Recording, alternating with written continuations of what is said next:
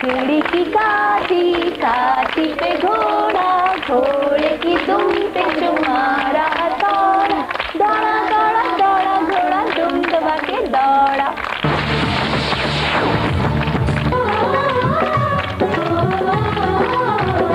हमारी चूड़ियाँ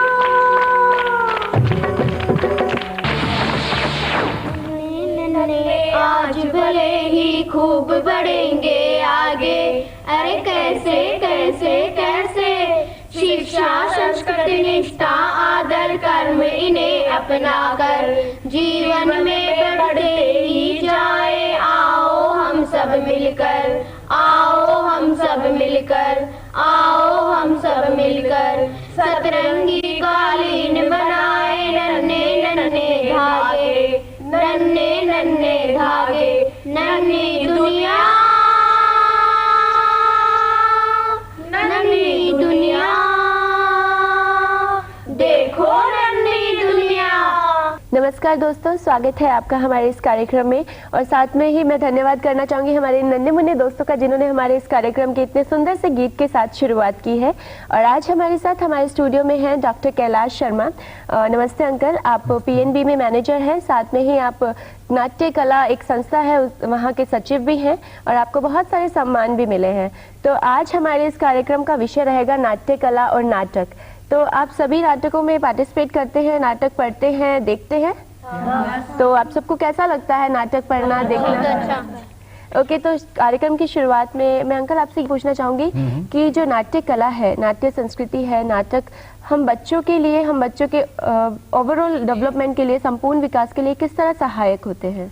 देखिए, बच्चे जो हैं इस आयु में जो कुछ पढ़ते हैं या देखते हैं उसको बहुत जल्दी आत्मसात करते हैं, और इस आयु में इनका सीखा हुआ पूरी जिंदगी इनके काम में आएगा।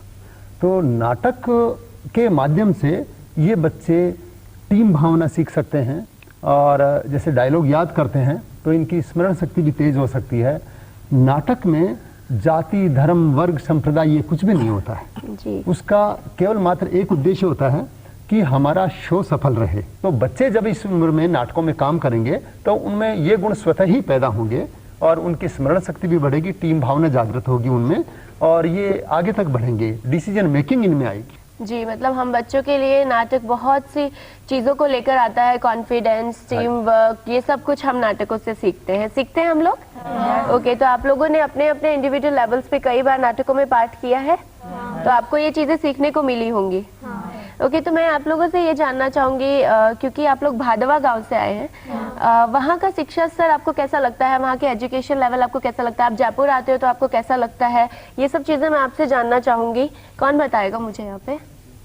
आप बताएंगी? बोलो। हमारे शिक्षा क्षेत्र बहुत ही अच्छा है वैसे तो, लेकिन शहरों में थोड़ा अलग देखने को मिलता है, और हमारे भादवा गांव में भी बहुत ही अच्छा है। पढ़ाई की व्यवस्था भी अच्छी है, शहरों के टीचर भी जाते हैं हमारे को पढ़ाने और बहुत अच्छी अच्छी बातें बताते हैं। गांव में भी शिक्षा का क्षेत्र बहुत ही अच्छा है। अच्छा, तो वहाँ पे आपको पढ़ाई के अलावा जो ये नाटक हम आज बात कर रहे हैं, नाट्य संस्कृति, इसका भी आपको वहाँ पे मौका मिलता है कुछ इस क्षेत्र में भी कुछ करने का? थोड़ा बहुत मिलता है। ओके, तो आप यहाँ पे सब लोग बच्चे ही हैं, आप लोग क्या बनना चाहते हो आगे, क्या करना चाहते हो अपनी लाइफ में? आपका क्या मेन मोटो क्या है इस लाइफ में बनने का? क्या बनना चाहते हो? अध्यापिका बनना चाहती हूँ। अध्यापिका क्यों बनना चाहते हो अध्यापिका? क्योंकि बच्चों को शिक्षा देना ही मेरा पहला कर्तव्य होगा। ओके, और आप क्या बनना चाहते हो? मैं हीरोइन बनना चाहती हूँ। आप हीरोइन बनना चाहते हो, क्यों? क्योंकि वो एक्टर्स को देखती हूँ, मैं ये सोचती हूँ कि मैं भी ऐसा कर सकती हूँ। जी हाँ, तो मतलब हम लोग सब कुछ ना कुछ अलग बनना चाहते हैं। कुछ कोई डॉक्टर बनना चाहता है, कोई मरीजों का इलाज करके अपनी देश की रक्षा करना चाहता है, कोई अध्यापिका बनना चाहता है, कोई हीरोइन बनना चाहता है। तो आप लोग कोई पोएम कुछ तैयार करके आए यहाँ पे?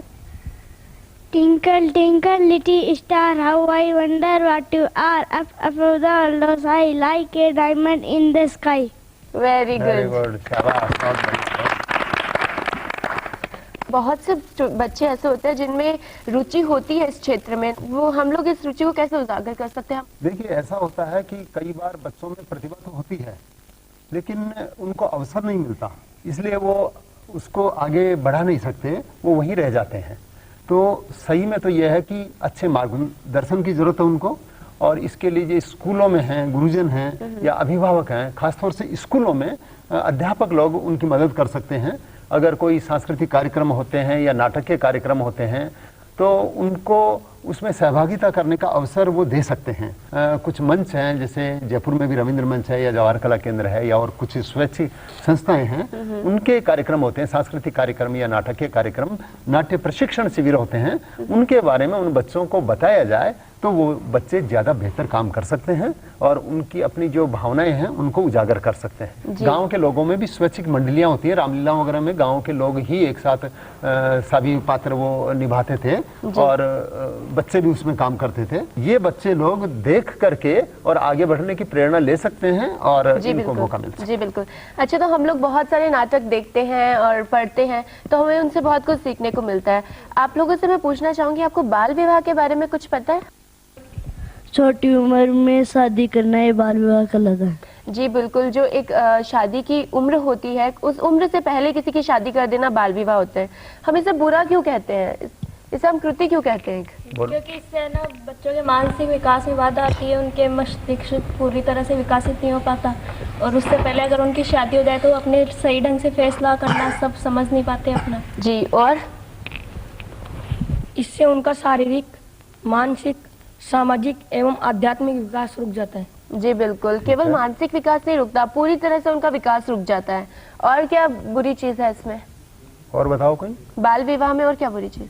बाल विवाह छोटी उम्र में लड़कियां लड़की की शादी करते हैं तो लड़की जिस लड़की के बच्चे होते हैं उस लड़की की मृत्यु का अर्थात उसकी मृत्यु भी जल्दी हो जाती है, मरने का भी ज़्यादा भय रहता है। साथ ही वह अपने कुछ भी कार्य में सफल नहीं होती, परिवार का लड़का अच्छी तरह से पालन पोषण नहीं कर पाता। इस प्रकार उसका कुछ भी यथार्थ उसकी हानि होती है, जीवन में कुछ भी वह उन्नति नहीं कर सकता। बिल्कुल। ठीक है। तो हम लोग जैसा सुनते हैं कि बाल विवाह बहुत बुरी चीज है, आप सब लोगों को पता है, मुझे खुशी हुई जान के कि आप लोगों को पता है।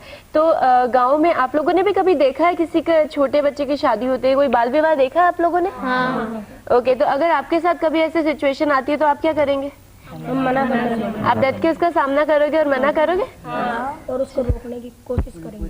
ओके। तो अपनी हेल्थ और हाइजीन के बारे में भी हम लोग सब जानते हैं। हाँ। हम लोग अपने आप को हेल्थी कैसे रख सकते हैं, साफ सफाई का ध्यान कैसे रख सकते हैं, हमें कौन बताएगा?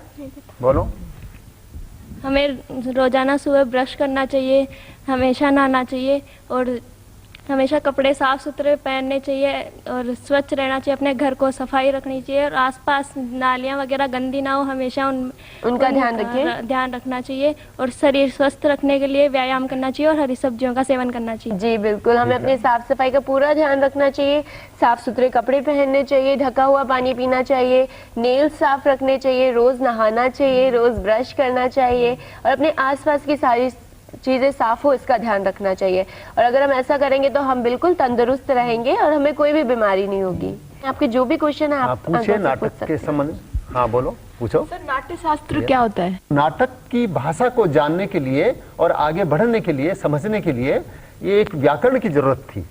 तो नाट्य शास्त्र के अंदर नाटक की व्याकरण है कि नाटक के अंदर भाषा कौन सी हो, मंच सामग्री कौन सी हो, मेकअप कैसा हो और नाट्य गृह का जो नाटक का रंगमंच है उसकी नाप कैसी हो। ऐसे तो नहीं है कि बहुत छोटे में नाटक कर दिया जाए या बहुत बड़े में कर दिया जाए, अच्छा लगे ना देखने में अपने को। तो उसके लिए उन्होंने ये लिखा कि नाट्य गृह है जो 64 हाथ तो लंबा हो और 32 हाथ चौड़ा हो। पता है एक हाथ कितनी लंबाई का होता है? उसके हिसाब से 64 हाथ की उन्होंने कहा कि 96 फीट तो लंबा हो और 48 फीट चौड़ा हो, ऐसा हो। तो एक व्याकरण उन्होंने रची, उसके अंदर बोली की भाषा की। तो एक नाट्य शास्त्र है, एक व्याकरण है, उसमें संगीत, नृत्य और ये इसके सहायक जो सामग्री है उन सब का वर्णन दिया हुआ है और ये सबको नाटक के विद्यार्थी को नाट्य शास्त्र का ज्ञान होना चाहिए। जी बिल्कुल। और आपके क्वेश्चन से मेरे ख्याल से हम जितने भी यहाँ बैठे हैं और जो हमें घर पे बैठे हुए देख रहे हैं उनके भी काफी सारे डाउट्स नाट्य शास्त्र को लेकर क्लियर हो गए हैं। अंकल, एक और बहुत इंपॉर्टेंट चीज है कि हम लोगों का, हम स्टूडेंट्स का जो बच्चों का शेड्यूल होता है पूरा, एक पढ़ाई बहुत ज्यादा मेन चीज रहती है। पढ़ाई के अलावा हम नाट्य, अगर एक रुचि रहती है बच्चे में तो एक पूरे शेड्यूल में उसे वो कितना टाइम दे और कैसे अपने शेड्यूल को मैनेज करे ताकि नाट्य में अगर उसकी रुचि है, वो उसको अगर आगे लेके जाना चाहता है, तो उसके साथ उसकी पढ़ाई पे कोई असर ना पड़े, पढ़ाई वैसे ही रहे और साथ में वो अपने क्षेत्र में भी कुछ कर सके। बहुत अच्छा प्रश्न है बच्चों। आप लोगों को भी लगता होगा ना, कई बार घर वाले कहते हैं कि अरे क्या नाटक करता रहता, पढ़ता तो है ही नहीं, है ना? तो आपके मन में ये रहता है कि नाटक बहुत बुरी बात है, लेकिन ऐसी बात नहीं है। आप में से कितने ऐसे बच्चे हैं जो स्कूल के बाद में आने के बाद पढ़ते ही पढ़ते रहते हैं? एक भी नहीं है ना। तो हम अपना समय पढ़ाई के अलावा और कहीं भी लगाते हैं, कोई गपशप करता है, कोई शैतानी करता है, ठीक है ना? तो अगर वो लीकेज ऑफ टाइम है, आपका रिस रहा है वो समय अनुपयोगी कार्यों में, तो अगर उस समय को आप किसी क्रिएटिविटी में लगाते हो, जैसे नाटक सीखने में लगाते हो, या और कोई हॉबी है आपकी, चित्रकला है या और कोई है, संगीत है, नृत्य है, तो आपको दो फायदा होगा। एक तो क्या वो चीज सीख जाओगे आप, नाटक या संगीत वगैरह सीख जाओगे। दूसरा क्या है, आपका गलत जगह समय बर्बाद नहीं होगा। और फिर क्या होगा, आपको ये लगेगा कि अरे इतना समय मैंने अपना संगीत या नाटक में दे दिया, तो आपको लगेगा कि अब मुझे पढ़ना चाहिए, है ना? तो आप फटाफट वो काम सीख करके पढ़ाई करोगे। भाई देखिए, बहुत अच्छे टिप्स है हमारे लिए कि हम पढ़ाई को कंटिन्यू करते करते अपने नाटक जो चीज है उसमें भी हम लोग अपना थोड़ा ध्यान दे सकते हैं। तो मेरे ख्याल से आपका कुछ क्वेश्चन है सर अंकल के लिए। मैं जब फिल्में देखती हूँ तो मुझे लगता है कि मैं भी ऐसा काम करूँ, तो अगर मैं फिल्मों में काम करना चाहती हूँ तो क्या मुझे नाटक से सहायता मिलेगी? बहुत अच्छा क्वेश्चन है बेटे। असल में नाटक और फिल्में एक दूसरे से जुड़ी हुई हैं, लेकिन जैसे मैंने कहा कि एक व्याकरण जरूरी है किसी भाषा को सीखने के लिए, और नाटक के लिए जैसे मैंने बताया कि नाट्य शास्त्र व्याकरण है, ऐसे ही मैं ये कहना चाहूंगा कि फिल्में हैं उनके लिए नाटक एक व्याकरण के जैसा है। तो अगर आप फिल्मों में जाना चाहते हो तो नाटक अगर सीखते हो तो उसमें ज्यादा सफल हो सकते हो आप लोग। वहां जानते हो ना, बहुत सारे फिल्मी कलाकार हैं जो नाटकों से निकले हुए हैं। जी हाँ, एक्टिंग की शुरुआत एक नाटक से होती तो है। वो ज्यादा सफल है, मेरा ऐसा मानना है। तो बिल्कुल सफल हो सकते। जी बिल्कुल सर। आज हमारे यहाँ पे जो कुछ दोस्त हैं अपनी पॉइंट्स कुछ तैयार करके आए हैं, तो मैं इस जो एक बच्ची यहाँ पे बहुत ही कलरफुल ड्रेस पहन के बैठी है, इससे एक छोटी सी पॉइंट सुनना चाहूंगी। हाँ बेटा सुनाओ। लाल रंग की अमेरिका तो सीते हैं पैर, उसमें बैठा एक सफल और मचा सफल। क्या बात है, वेरी गुड। बहुत बढ़िया, बहुत बढ़िया। देखो और भी कोई अपनी पोएम या सॉन्ग कुछ तैयार करके आया है, आप सॉन्ग सुनाएंगे? लो बेटा। इस देश को हिंदू ना मुसलमान चाहिए, हर मजहब जिसको प्यारा वो इंसान चाहिए। गीता ने कर्म सिखाया और बुद्ध ने कहा अहिंसा, दीनों से प्रेम करो तुम ये कह गए हजरत ईसा। कुरान ने कहा सच्चा ईमान चाहिए, हर मजहब जिसको प्यारा वो इंसान चाहिए। वेरी गुड, बहुत अच्छा संगीत आपने सिखाया। एक और क्वेश्चन है अंकल यहाँ से एक बच्ची का। सर मेरी मेकअप करने में रुचि है, तो इससे मुझे नाटक में क्या लाभ मिलेगा? मेकअप जो है नाटक का बहुत ही महत्वपूर्ण पार्ट है, उससे जुड़ करके और आप निश्चित रूप से नाटक में काम भी कर सकते हैं और मेकअप भी कर सकते हैं, तो वो आपको सहयोग मिलेगा उससे निश्चित रूप से।